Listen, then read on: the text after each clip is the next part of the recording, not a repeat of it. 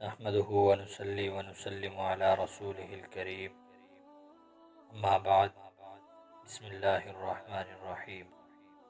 رب العالمین نے انسان کے لیے عبادت کے طرح طرح کے طریقے جو ہیں مقرر فرمائے ہیں۔ ان میں سے بعض طریقے اللہ نے خاص عاشقانہ رکھے ہیں، اور انہی کے اندر سے ایک طریقہ اعتکاف کا بھی ہے۔ اس عبادت میں انسان اپنے تمام دنیاوی کام چھوڑ کر اللہ تعالیٰ کے گھر یعنی مسجد کے اندر جو ہے بسیرا کر لیتا ہے۔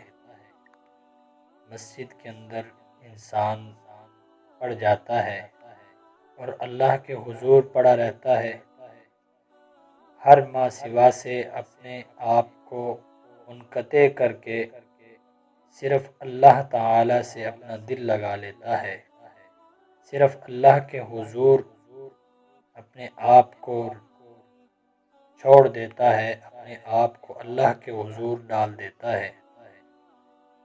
وجہ صرف یہ ہوتی ہے، جیسا کہ حضرت عطا خراسانی رحمہ اللہ فرماتے ہیں کہ معتکف کی مثال اعتکاف کرنے والے کی مثال اس شخص کی طرح ہے جو اللہ کے در پہ آ پڑا ہو اور یہ کہہ رہا ہو کہ یا اللہ، جب تک آپ میری مغفرت نہیں فرما دیں گے میں یہاں سے نہیں ہٹوں گا، میں یہاں سے جانے والا نہیں ہوں، یعنی میری مغفرت آپ فرمائیں گے تو میں یہاں سے جاؤں گا، وگرنہ میں یہاں سے اللہ اس وقت تک نہیں جاؤں گا جب تک کہ میری مغفرت نہ فرما دی جائے۔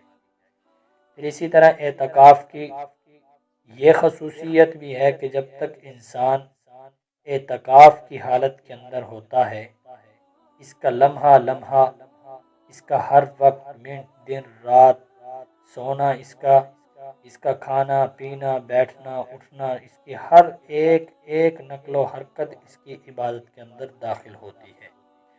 اور رمضان شریف میں اعتکاف مسنون کی جو مسنون اعتکاف ہے، سنت مؤکدہ علی الکفایہ ہے، اس کی حکمت بھی یہی ہے کہ شب قدر کی فضیلت سے فائدہ اٹھایا جائے، یعنی شب قدر کی فضیلت سے فائدہ اٹھانے کا یقینی طریقہ اعتکاف سے بڑھ کر اور کوئی نہیں ہے۔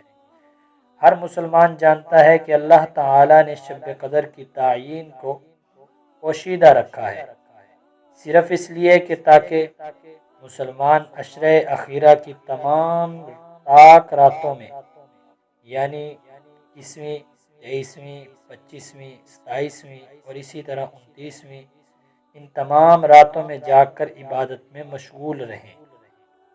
لیکن عام حالات میں انسان کے لیے یہ مشکل ہوتا ہے کہ رات کا ایک ایک لمحہ، ایک ایک وقت جو ہے عبادت میں صرف کرے، بلکہ بشری ضروریات، انسانی تقاضوں کی وجہ سے رات کا کچھ حصہ دوسرے کاموں میں انسان کو ضرور صرف کرنا پڑتا ہے۔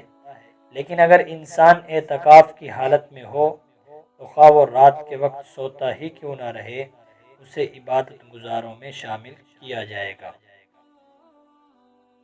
اسی طرح حدیث پاک کے اندر آتا ہے معتکف کے لیے، چنانچہ بیہقی کی حدیث ہے، جناب نبی کریم صلی اللہ علیہ وسلم نے ارشاد فرمایا کہ جو شخص اللہ تعالیٰ کی خوشنودی کے لیے ایک دن کا اعتکاف کرے گا، اللہ تعالیٰ اس کے اور جہنم کے درمیان 3 خندقوں کو آڑ بنا دیں گے، یعنی اس کے اور جہنم کے درمیان اللہ تعالیٰ 3 خندقوں کا فاصلہ رکھ دیں گے، جن کی مسافت، ان خندقوں کی مسافت آسمان اور زمین کی درمیانی مسافت سے بھی زیادہ چوڑی ہوگی۔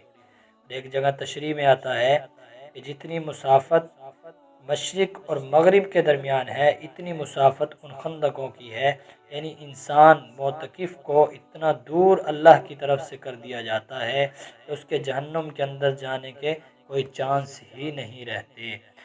اسی طرح حضرت حسین ابن علی رضی اللہ عنہ سے مروی ہے کہ جناب نبی کریم صلی اللہ علیہ وسلم نے ارشاد فرمایا، من اعتکف 10 فی رمضان کان کحجتین و عمرتین، جو شخص رمضان میں 10 روز کا اعتکاف کرے تو اس کا وہ عمل جو ہے وہ 2 حج اور 2 عمروں جیسا ہوگا، یعنی معتکف کو 2 حج اور 2 عمرے جو مقبول ہوں ان کے برابر جو ہے ثواب دیا جاتا ہے۔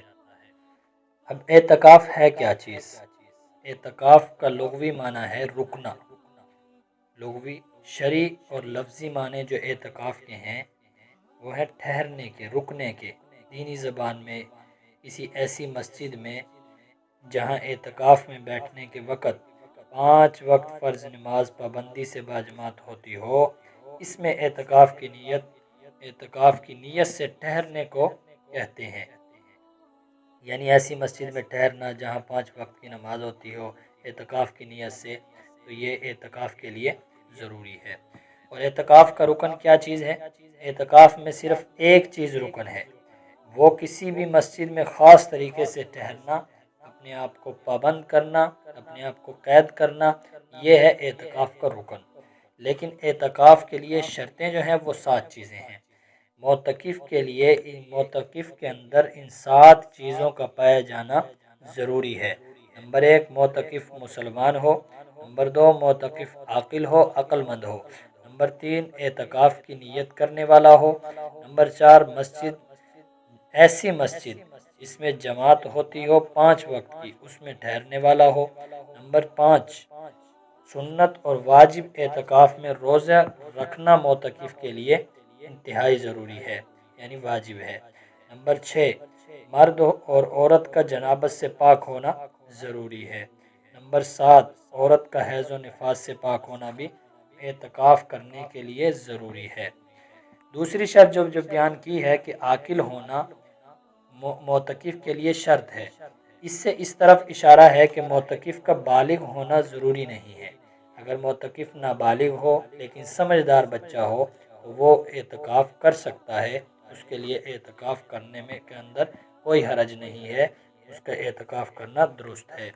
اور جو چھٹی شرط بیان کی ہے کہ مرد اور عورت کا جنابت سے پاک ہونا ضروری ہے، یہ شرط اعتکاف کے حلال اور جائز ہونے کے لیے ہے، جس کا حاصل یہ ہے، جس کا شرح یہ ہے جس کی اعتکاف مسجد میں ہوتا ہے اور جنابت کی حالت کے اندر مسجد میں جانا حرام ہے، اس لیے معتکف کا جنابت سے پاک ہونا ضروری ہے۔ لیکن یہ بات یاد رہے کہ اگر کوئی اس حالت میں اعتکاف کرے گا تو اعتکاف درست ہو جائے گا، اگرچہ جنابت کی حالت میں مسجد میں داخل ہونے اور قیام کرنے کا گناہ عظیم، بڑا گناہ جو اس کے سر باقی رہے گا، یعنی اعتکاف درست ہوگا لیکن مسجد کے اندر ناپاکی کی حالت میں جانے کا گناہ اس کے سر برقرار رہے گا، اس کے نامہ اعمال میں لکھا رہے گا۔ اور اسی طرح اس کے ساتھ بیان کیا گیا کہ اگر عورت جو ہے وہ حیض اور نفاس آ جائے عورت کو اعتکاف کے دوران، تو اس کو اب اعتکاف سے اٹھ جانا چاہیے۔ وجہ یہ ہے کہ اعتکاف واجب تھا، عورت کو اس اعتکاف کی قضا کرنا لازم ہے۔ جیسے ہی اس کو ناپاکی ہوئی، اب روزہ رکھنا اس کے لیے اعتکاف کے لیے شرط تھا، حیض اور نفاس کی وجہ سے روزہ چھوٹ گیا، روزہ چھوٹنے کی وجہ سے عورت کا اعتکاف ختم ہو گیا، اب اس کو اعتکاف سے اٹھ جانا چاہیے۔ اللہ رب العزت سے درخواست ہے کہ باری تعالیٰ ہم سب کو جو ہے اللہ کے نبی، اپنے پیارے نبی صلی اللہ علیہ وسلم کی سنتوں پر چلنے کی توفیق عطا فرمائے اور ان کی سنتوں کو اپنانے کی توفیق عطا فرمائے۔ وآخر دعوانا الحمد للہ رب العالمین۔